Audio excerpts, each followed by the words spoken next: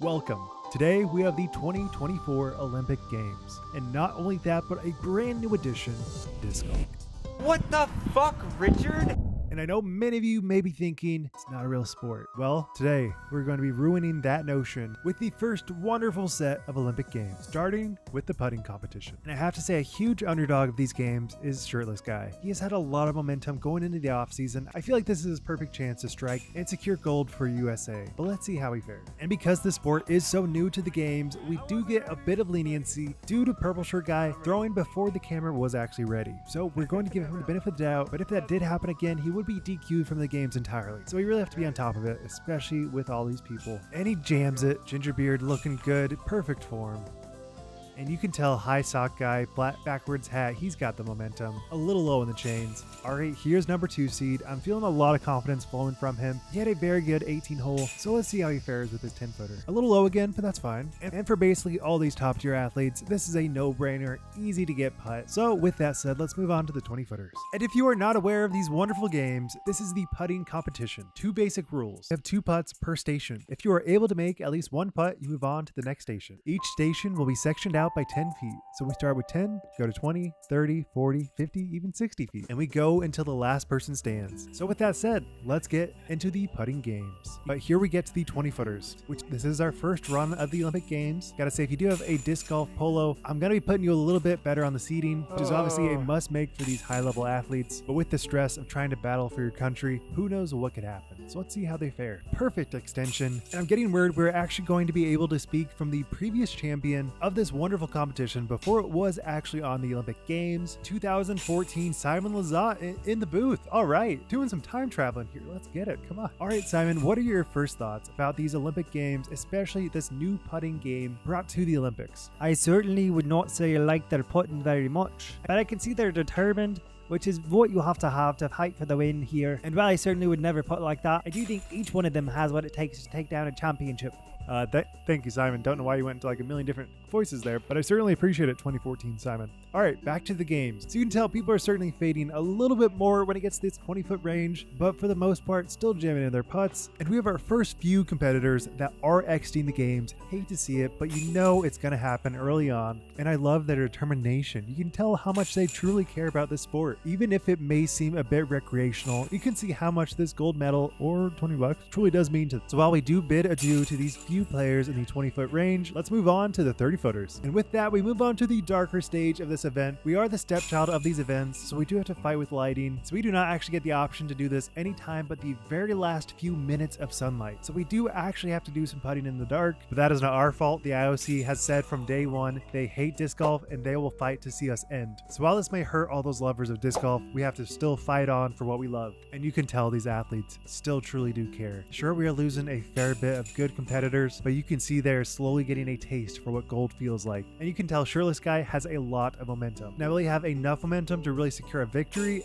I'm not so sure. We'll have to see. And you know what they say, the older the player, the better the putter. So let's see if that still holds true for this event. Damn good putts. Damn good putts. And even though Backwards Hat Guy was a 3 seed going into it, just like that, in the blink of an eye, he is out of the competition. And we thought Short Shorts had it all. We thought he had the pieces to secure a victory. But once again, just like that, he's out. All right, Purple Shirt Guy is feeling a lot of confidence. Polo Guy also feeling a supreme amount of confidence. And I gotta say, from the sidelines watching, you may just assume, oh yeah, these second chances are easy. You know exactly what you have to do. That could not be further from the truth. There's so many nerves built into this exact putt. You could not do this at home. I guarantee it. No cap, you cannot do this. So everybody at home.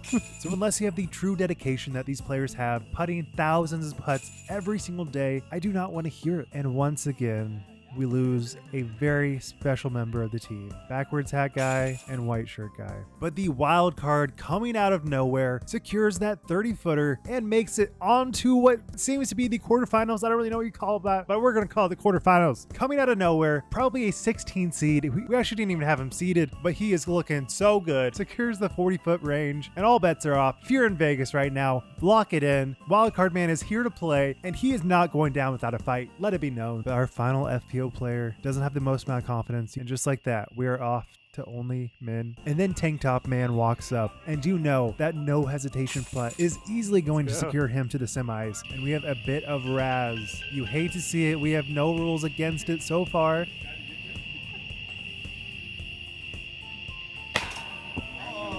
So the double Raz is not allowed on these events. But once again, we are so new to the tour, we didn't know how to call the double Raz. So as of right now, it sits. He is allowed to get the double Raz in right as this player is about to putt, and he misses. Definitely like a 4 or 5 seed. Again, I don't really remember the seeding, but 4 or 5, just like that, double Raz. He becomes the sea of failures, just like everybody else around him, and we move on. So with that, we're going to the 40 footers. And we just lost another great member of the event, Purple Shirt Guy, rest in peace. And once again, I want to reiterate, we do not have the same capabilities that other members of the events have. We are working with Total Darkness, but Polo Guy is up to play with the 40 footers. This is by no means an easy putt. And then this happens. Absolutely stone cold with the walk away. He knows how much this means. He knows how close he is to securing that gold medal. And he does hit the phone, which is a bit of bad manners, but we're okay with that. We're okay with that. And the wild card needs to secure something big to really make a move towards a podium finish. Oh, gets that chain out. It's not looking good.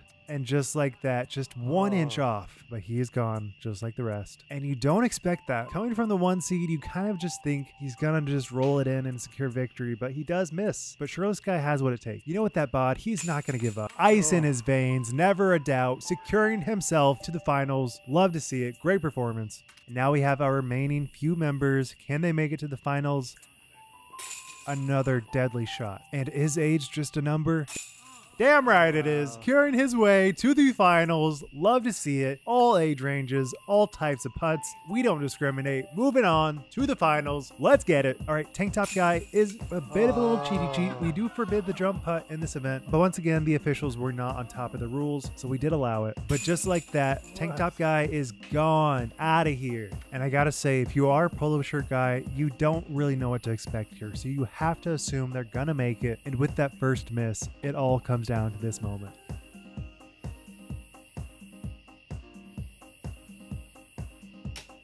And once again, hitting the phone, bad manners all around, but it doesn't matter. He is gone unless everyone does fail this number, which is unlikely, but it could happen. And if you are Shirtless Guy in this moment, I think you have to assume the only option is to make it. You've worked so hard for this moment. You know what it takes. It's 2 putts. Everyone can make 1 of 2 putts, especially Shirtless Guy. He's been here so many times before. We know he has the potential to take it down, but let's see what that infamous number 2 putt looks like. Damn right, boy. You do not do this in the games. First iteration of disc golf putting games. Ice. He has never been more ice. Pure electricity emanating from his body in this moment. But with that said, this is not the end. We have a couple more competitors. And I gotta say, I've not hyped up this man enough. White Shirt Guy has not had enough love. Definitely the underdog here. We know he's been here before. We have seen it in the 2004 putting games, but never in the Olympic spotlight. So we do have to give him a little bit extra credit here, even though it may seem like he's a bit of an outlier. First putt was not looking good. But with that said, in the 2004 putting games, he had a great performance. So let's not discredit him. Number 2 putt, here we go. Out of his hands low. It's low. It's gone. It's gone. He's out. Now we get to our final competitor. He knows how important this moment is for his family, for his kids, for everybody back home. And he puts it a little high, and it's just too much. It's just too much. I will say conditions are getting very dark. It is straight up hard to see the basket. That's fair. But there are no excuses in the putting games, so it all comes down to this moment. And just like that, Shirtless Guy secures his first Olympic gold medal, aka $20. Oh my goodness. And I cannot be more proud of him in this moment. Sure, he was the kind of top dog, but we cannot discredit how amazing that final putt was. You do not do this in the putting games. You do not just casually miss your first putt, not the best putt, and then redeem himself with an effortless jam-in putt. And I could not be more proud of him in this moment. And I think America can say the same thing. So with that, we conclude the first round of the Olympic putting games. Thank you guys for watching. Be sure to subscribe. Wild Runs, signing out. Peace.